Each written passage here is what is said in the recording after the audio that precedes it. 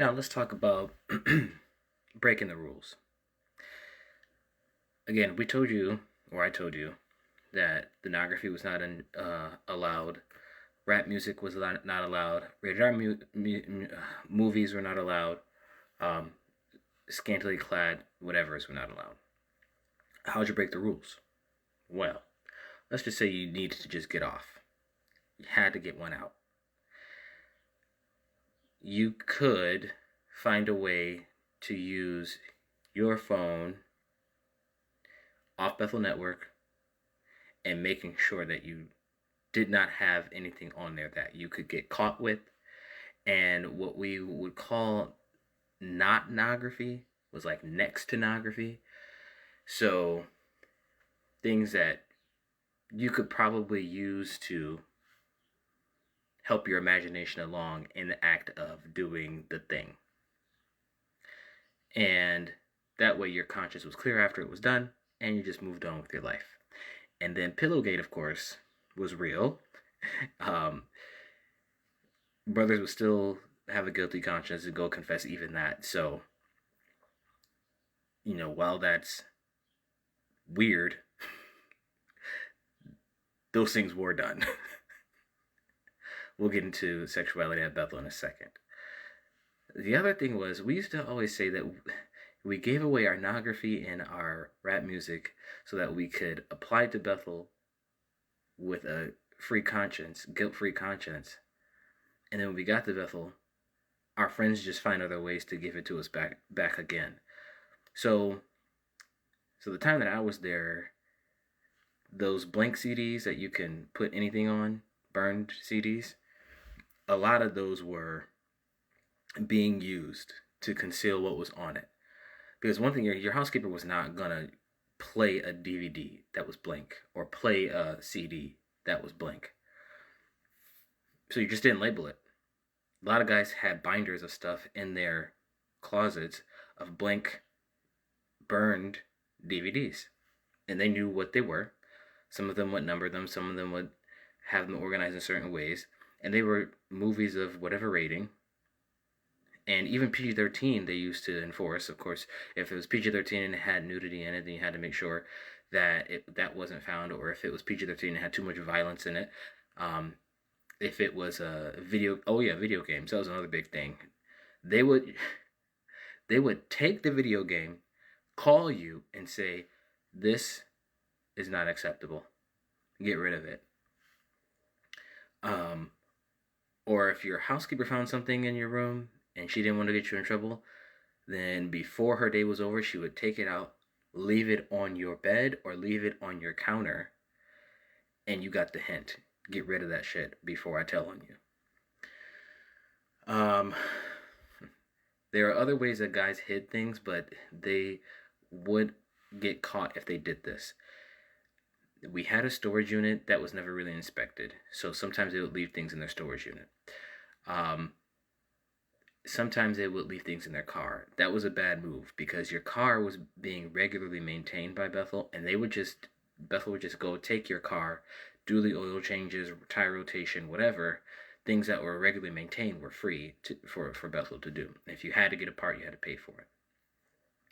So sometimes guys would leave rap music in their car, and then one of the car maintenance people would find it, and then they have to tell on you, and then you get a call, brother so-and-so, you need to get rid of this. And then now, if you were caught, there are a lot of chances that you got. And most of the Bethelites were working on their second or third chance. And so we already talked about how you can be disciplined at Bethel and still stay at Bethel. So you would, depending on how severe the rule was that you broke, that would be kind of like the punishment that you would get, the discipline that you would get. Now, if you had something that was found that they didn't like, and it wasn't necessarily unclean or against any JW rules, all you had to do was get rid of it. Find any way to get rid of it. They wouldn't even make you throw it out. You could send it back home, send it to your friend out in your territory where you used to live, or you could keep it in your territory, whichever. But that was ways to get around it. Now, if it was worse, then they're going to have to do like a 2 elder thing. and see how far it's gone. And then if it's worse than that, of course, then you go into the whole congregational judicial setup thing and so on and down the line. That's how it went. In any event, if you were caught, it was put on your record and you were reviewed. We were reviewed, I would say, 2-3 times a year. So you get caught with something, or you confess to having done something, and they're working with you on it because you're a good worker. Remember, you got to be a really good worker. Then they would talk about it at your review, see how things are going, see if you're complying, and if you're complying, then great. Continue to stay, continue to progress, continue to move up. If you weren't complying, you had too much on your record, then they were going to reassign you. If you broke something that they really didn't like, or if you literally broke something, like you cost them millions of dollars in repairs or something crazy like that, or thousands of dollars in repairs or something like that, and it was your fault, they may send you home or straight up kick you out. Now, again, being kicked out of Bethel is different from being reassigned or sent home. If you're reassigned, they want you, your time up is there. They have you going somewhere else. Pioneer, special pioneer, somewhere else. We can use you somewhere better than Bethel. That's what they are doing. If you're kicked out, you've done something wrong, and it may not have been judicial. It might have been unclean. You may even still be a servant or an elder, but you can't be here no more. If you're kicked out, it's almost like you got 10 days and you got to get out of here. It's all about how much time you have to leave. If they tell you you're leaving, or they tell you need to leave for any reason, and you have 30 days, 3 months, then what you did was really not that bad. You just can't be here anymore. If they give you a week or 10 days, they're pissed at you for something. And that could be anything. If they give you 24 hours,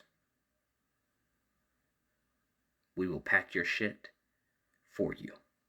Get the hell out. So there are different ways to leave Bethel. And so when someone left Bethel, whatever, there was always rumors with it. No one in the congregations ever knew exactly what the problem was. There's a million other things that could have happened. But no, people use the term kicked out of Bethel. They don't know what they're talking about. It's different. And it all depends on all those things that I just mentioned. And so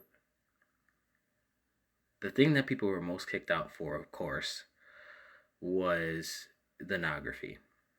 And probably health issues.